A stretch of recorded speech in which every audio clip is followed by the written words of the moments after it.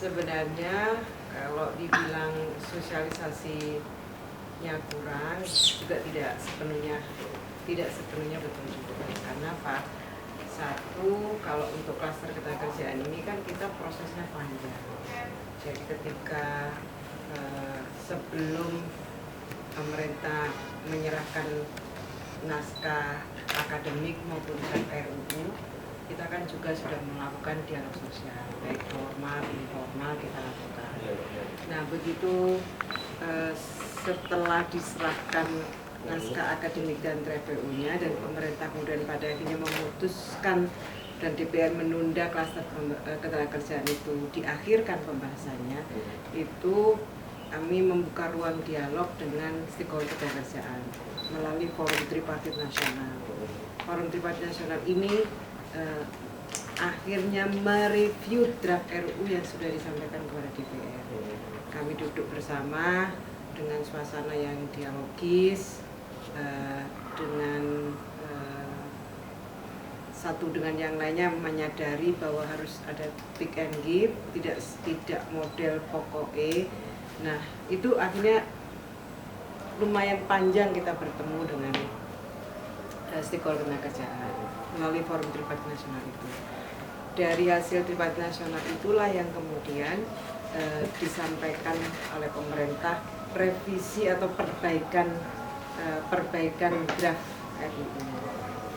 Dan alhamdulillah DPR menyambut baik aspirasi dari stakeholder itu yang oleh pemerintah kemudian diperbaiki itu alhamdulillah disambut baik oleh DPR. Dan ketika saya juga ingin mengapresiasi DPR yang proses pembahasan panjangnya itu dilakukan secara terbuka. Saya kira dulu kan tidak kalau dulu yang terbuka itu kan rapat kerja. Kalau ini panja pun dibuka melalui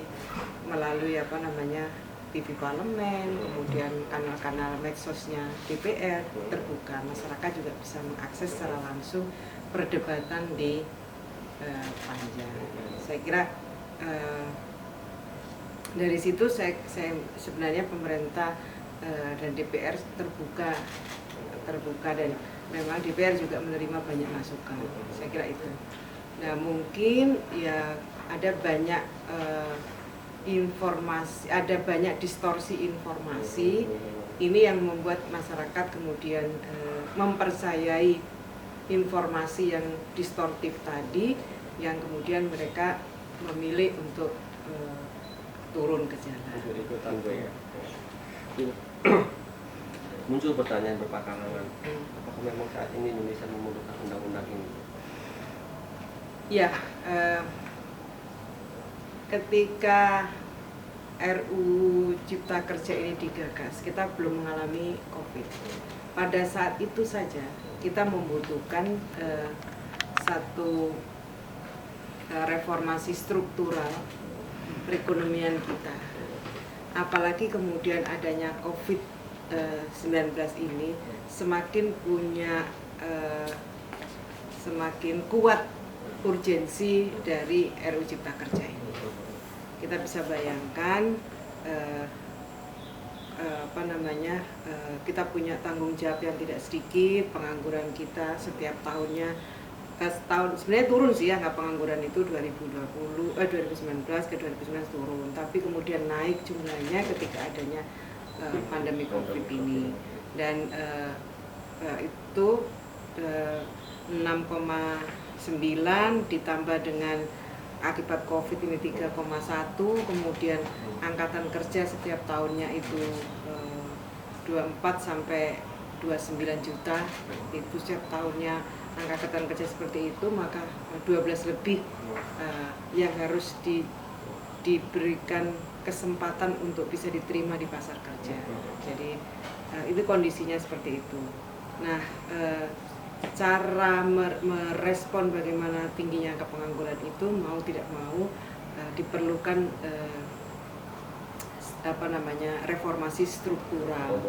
Jadi ini adalah sebuah langkah terobosan yang banyak contoh negara yang sukses melakukan penguatan ekonominya, mentransformasi ekonominya melalui mekanisme pembentukan peraturan undang-undangan dalam satu undang-undang. Jadi ini kan kita tantangan kita sebenarnya, obesitas regulasi kita juga luar biasa, tumpang tindih aturan kita juga luar biasa. Kemudian salah satu mengapa investasi itu jangan diartikan investasi dari luar saja ya. Investasi apakah itu dilakukan oleh investasi dalam negeri maupun luar, itu hambatannya perizinan yang berbelit-belit, itu salah satu birokratik, itu salah satu hambatan kenapa kita tidak bisa memiliki daya saing di daya saing ASEAN maupun di luar ASEAN. Nah itu dia Bu, muncul pertanyaan Bu, bahwasanya undang-undang ini hanya mendukung para pengusaha tapi tidak mendukung para karyawan atau nah itu salah satunya salahnya di situ perang, persepsinya ya. itu kenapa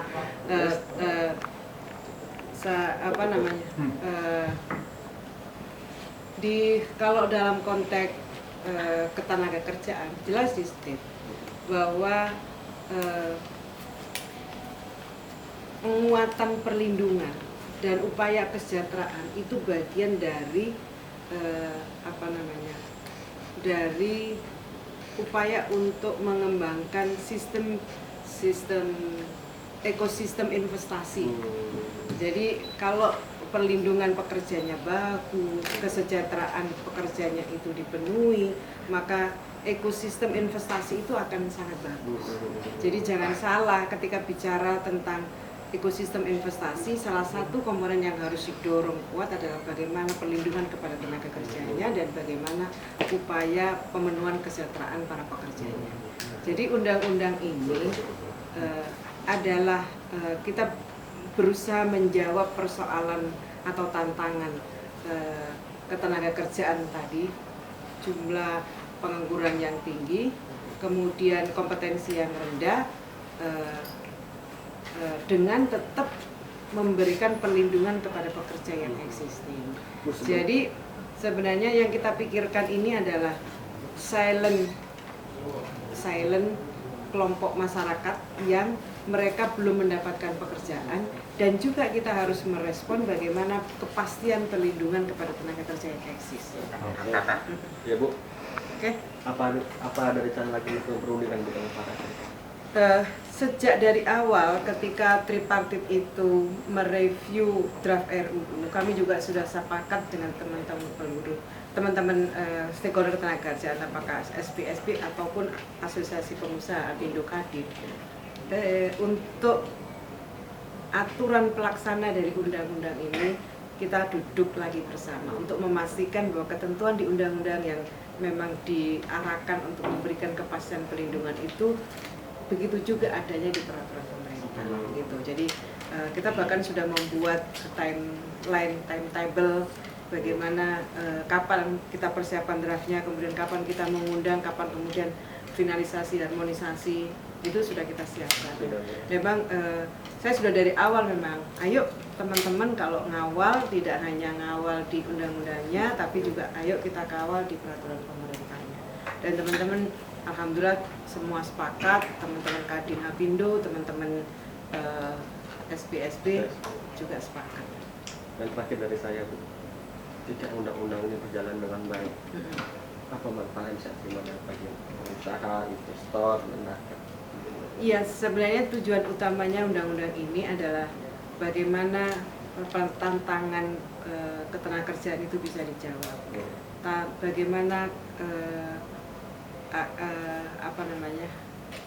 tadi saya katakan tantangan ketenagakerjaan kita yang pengangguran kita yang tinggi, kemudian kompetensi yang masih belum bisa bersaing, kemudian daya saing negara kita dengan negara lain, itu yang harapannya dengan RUU dengan Undang-Undang Omnibus Law Cipta Kerja ini kita bisa menjawabnya, dan pada akhirnya ujung-ujungnya sebenarnya adalah kesejahteraan dari masyarakat Indonesia.